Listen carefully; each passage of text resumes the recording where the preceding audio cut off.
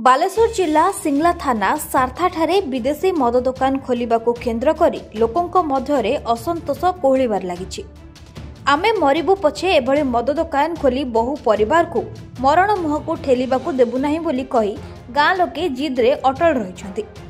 सारथा अंचल संपूर्ण ग्रामांचल होइतिबा बेले एठाकार लोक साधारणतः चाष और समुद्ररू माछ मारी जीविका निर्वाह करती। सरकार अबकारी विभाग एवं जिला प्रशासन गाँ परिवेश को संपूर्ण नष्ट करने सरकारी मद दुकान खोलुंट। पूर्वर सारथा ग्रामर साप्ताहिक हाटरे सरकारी मद दुकान थिबा बेले एठारे ग्रामवासी आंदोलन करने सह मद दुकान को उठाइथिले।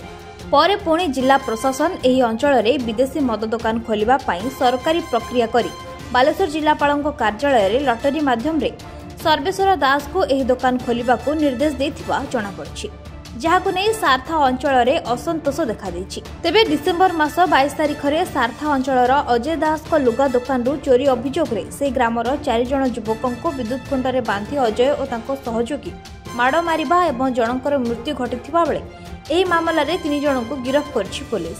एही मामला रे अन्य अभियुक्तों को पुलिस धरिबाकू सक्षम होई नथिबा बेले मद दुकान को नहीं पुणी एक विराट असंतोष एवं आंदोलन रूप नेउथिबा देखिबाकू मिलछि। हमको मद नुहे बरं काम दरकार।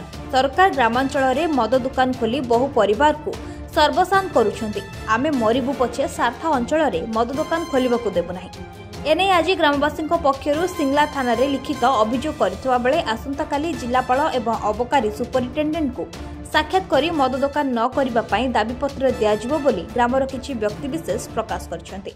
ना कोन कहले राजेंद्र पत्र घर कोटी सारथा कौन पे आछन थाना को आसे आज्ञा ये जो सरकारी मद काउंटर सारथारे गाँ मझे होगापी जो आम शुणिकी दरखास्त नहीं आसचे देवाई थाना रे आपनकर कौन घटना पूरा घटना होची सर मद दुकान गाँ मझे हेले माँ भूणी माने बहुत दुख कष्ट भोगिबे एवं पूर्व जो होता सरकारी काउंटर ता द्वारा दीटा मर्डर होती निशा मुक्त हो लोक मैंने मଣିଷ ମାରିଛନ୍ତି।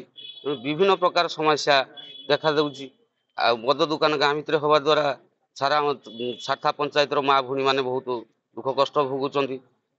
साधारण लोक मैंने मजूरी खाटी आनी दिन दरिद्रा लोक मैंने मद पीकी बेहुश होती घरे जाकि छुआ मान को अत्याचार कर सब दुख विषय नहीं कि आम आज आईन पाखे आश्रय नहीं जोटा कि से जगार सारथारे जो गाँ मझे मद काउंटरटा न हो।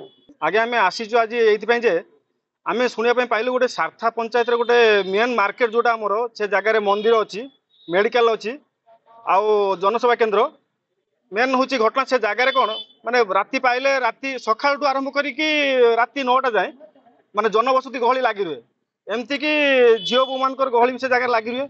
आम हठात कि शुणा पाइलु जे से जगार गोटे सरकारी मद काउंटर खोला होची से जगार जदि सरकारी मद काउंटर खोल से जगार बहुत व्याघात सृष्टि हम आम एति सरकार पाखे विनम्र अनुरोध करुँ से जगार टोटाली मद काउंटर न कर से अन्य कौटी कर आम चाहूँ आम सारथा पंचायत टोटाली मद काउंटर न हो। बालेश्वर भरत कुमार दास का रिपोर्ट नीलाद्री मीडिया।